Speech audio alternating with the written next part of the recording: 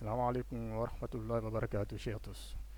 Bienvenue sur la plateforme de l'ONG Aide, Service Education. Je suis votre prof de physique-chimie, Monsieur Guindo Mahmoud.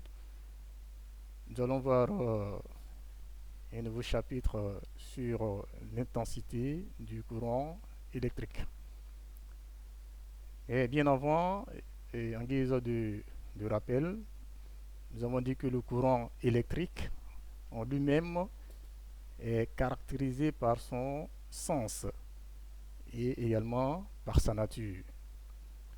Et le sens du courant électrique, d'où le sens conventionnel, il part donc de la borne positive du générateur vers la borne négative. Et ce courant électrique est induit bien souvent par des électrons dans le conducteur métallique ou encore dans les électrolytes. Et nous avons donc des ions qui sont source de courant électrique, d'où les cations ou encore les anions. Mais aujourd'hui, nous verrons le calcul de l'intensité du courant électrique. Et qu'est-ce que l'intensité de ce courant électrique? Cela est pareil à un fleuve qui coule. Donc cette eau est comparable à cette intensité.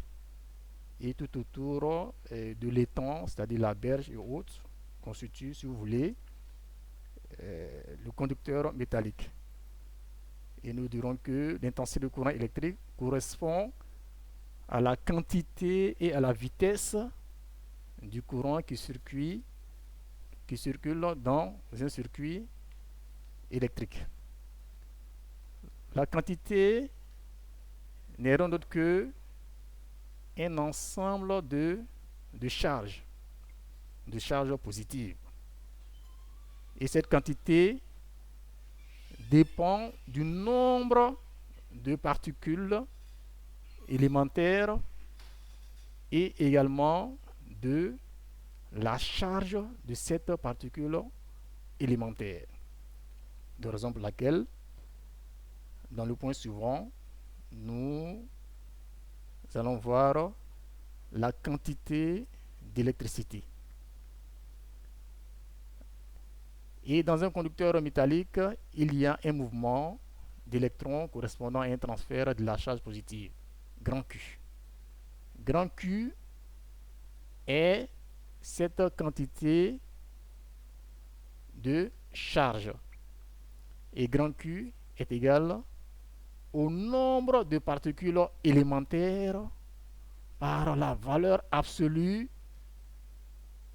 de la charge de cette particule élémentaire que nous avons noté, valeur absolue de petit q. Donc, grand Q égale à n fois la valeur absolue de petit q. Et puisque petit q s'exprime en coulomb, dans ce cas, grand Q va s'exprimer en coulomb. En exemple, si nous avons un électron, l'électron ici va donc représenter la charge élémentaire. Et donc, la charge de cet électron est égale à moins 1,6, 10 exposant moins 19 coulombs. Mieux, la valeur absolue de Q, qui est égale à la valeur absolue de moins E, est égale à 1,6, 10 exposant moins 19 coulombs, cette fois-ci pris positivement, puisqu'il s'agit donc de la valeur absolue de Q. Et cette charge grand Q qui induit le courant électrique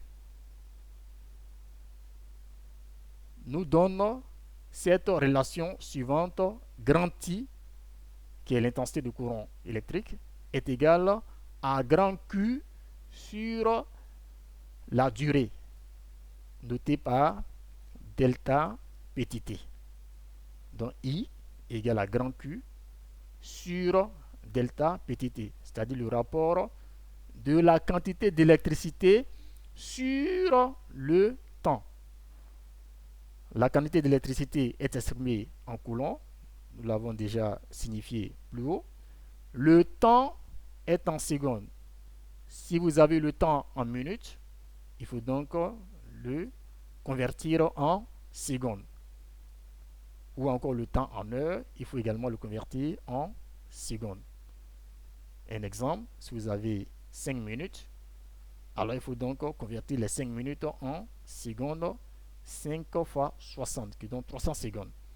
Ou si vous avez 1 heure, il faut donc convertir les 1 heure en secondes, qui donnera 3600 secondes. Bien. Nous allons passer à une autre étape qui est les mesures d'intensité. Comment se fait les mesures des intensités? Il faut dire que l'intensité de courant qui traverse un dipôle, nous avons dit qu'un dipôle, c'est un appareil qui a deux bornes, qui a deux pôles. L'intensité qui va donc traverser ce dipôle se mesure à l'aide d'un ampèremètre.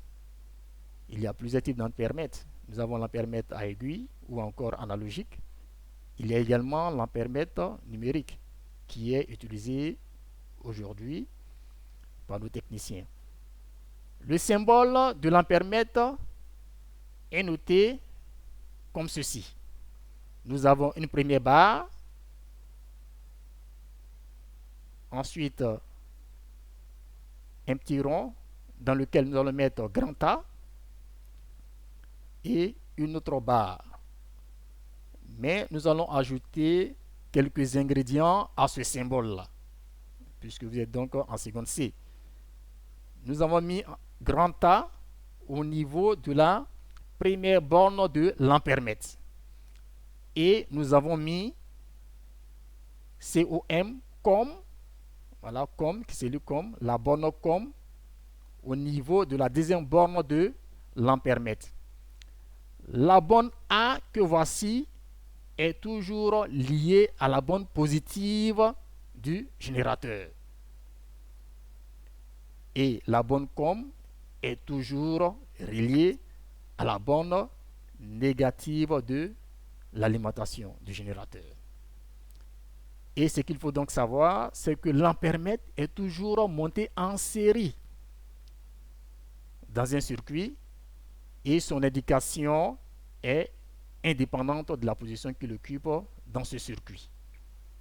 Si vous déplacez l'ampèremètre indifféremment dans un circuit, cela donnera la même indication.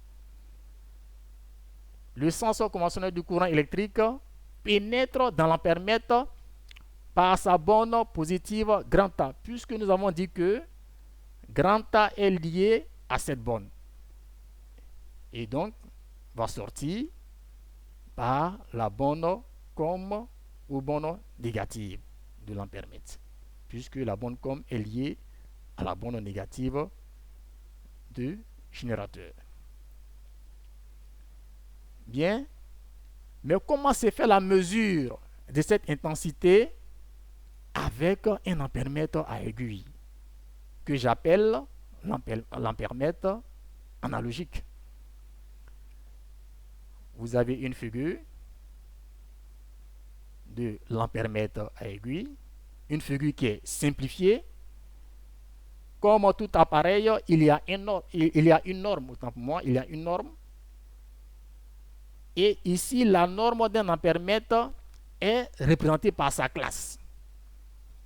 Nous avons mis classe égale à 1,5. Et là, vous avez une aiguille. Et à ce niveau-là, vous avez le calibre de l'ampèremètre. Mais qu'est-ce que le calibre d'un ampèremètre? Le calibre d'un ampèremètre représente l'intensité maximale qui peut être mesuré par l'appareil, ou encore si l'ampèremètre a une gradation totale de 50 divisions.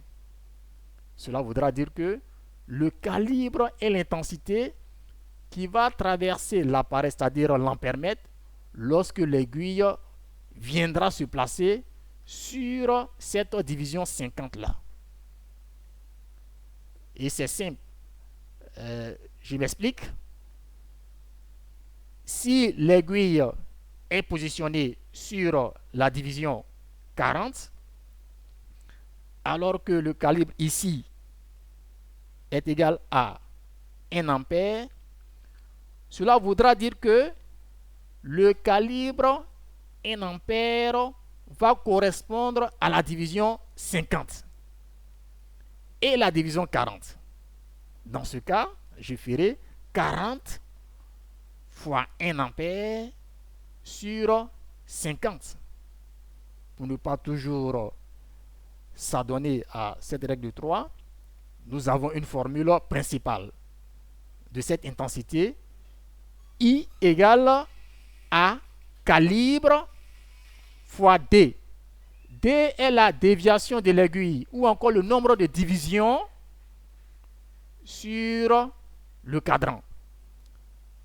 Et grand D est le nombre total de divisions. Donc I, c'est le rapport de calibre fois D sur grand D. Et comme toute mesure, il y a souvent quelques erreurs. L'erreur ici sera induite parce qu'on appelle, parce que nous appelons l'incertitude, delta I. Et delta I est égal à la classe de l'ampèremètre par le calibre, ici 1 ampère, sur 100. C'est une formule générale. Delta I est égal à la classe fois le calibre sur 100. Et pour donner le résultat de la mesure de cette intensité, vous écrivez I plus ou moins delta I. C'est-à-dire que l'intensité grand I est comprise entre I moins delta I et I plus delta I. Un exemple de calcul. Ici, nous avons notre ampèremètre analogique ou encore ampèremètre à aiguille. L'aiguille indique comme nombre de divisions ou encore déviation 40. La déviation totale ou encore le nombre de divisions totales est 50. Et là, vous voyez ici le calibrage. Le calibrage indique 1 ampère. Dans ce cas, I est égal au calibre fois D sur grand D, qui est le nombre total des divisions, qui est égal à 1, qui est le calibre, fois 40, indiqué bien sûr par l'aiguille de l'ampèremètre, sur 50, le nombre total de divisions, ce qui nous donne 0,8 ampères.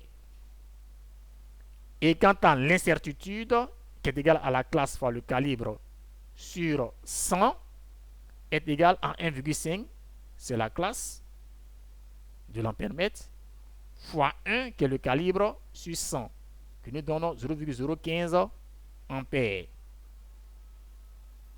Et donc, nous avons grand I moins delta I, cela fait 0,8 moins 0,015, qui est égal à 0,785 ampères. Et grand I plus delta I est égal à 0,8 plus 0,015, qui est égal à 0,815 ampères. Pour ce résumé, nous dirons que 0,785 ampères est inférieur ou égal à grand I inférieur ou égal à 0,815 ampères. Voilà comment se donne l'intensité dans un ampèremètre à aiguille lorsque l'aiguille est positionnée sur une division quelconque. Vous pouvez essayer de calculer grand I, delta I, et le résultat, si l'aiguille est peut-être positionnée sur 20. Vous pouvez donc l'essayer chez vous. Comme toute mesure, il y a bien sûr des multiples et des sous-multiples que nous appelons multiples et sous-multiples usuels de l'ampère. Vous avez ici 1 kA, ça fait 1000 ampères. Donc nous avons mis 10 exposant 3 ampères, c'est 1000 ampères. 1 milliampère, c'est 0,001 ampère. Et nous avons écrit ça en puissance 10 exposant moins 3 ampères. Quant à un microampère, cela fait 10 exposant moins 6 ampères. Il existe également des mesures plus petites de l'ampère, telles que nanoampère, qui est égal à 10 exposant moins 9 ampères. Voilà pour ce qui est pour cette première partie sur l'intensité du courant électrique. Nous allons marquer une pause tout en vous demandant de bien réfléchir sur l'exercice qui vous est soumis plus bas, d'essayer donc de calculer grand I delta I. Si l'aiguille de l'ampèremètre se positionne sur la division 20, nous nous retrouverons pour la prochaine séquence et la fin, Inch'Allah, sur l'intensité du courant électrique. Je vous remercie.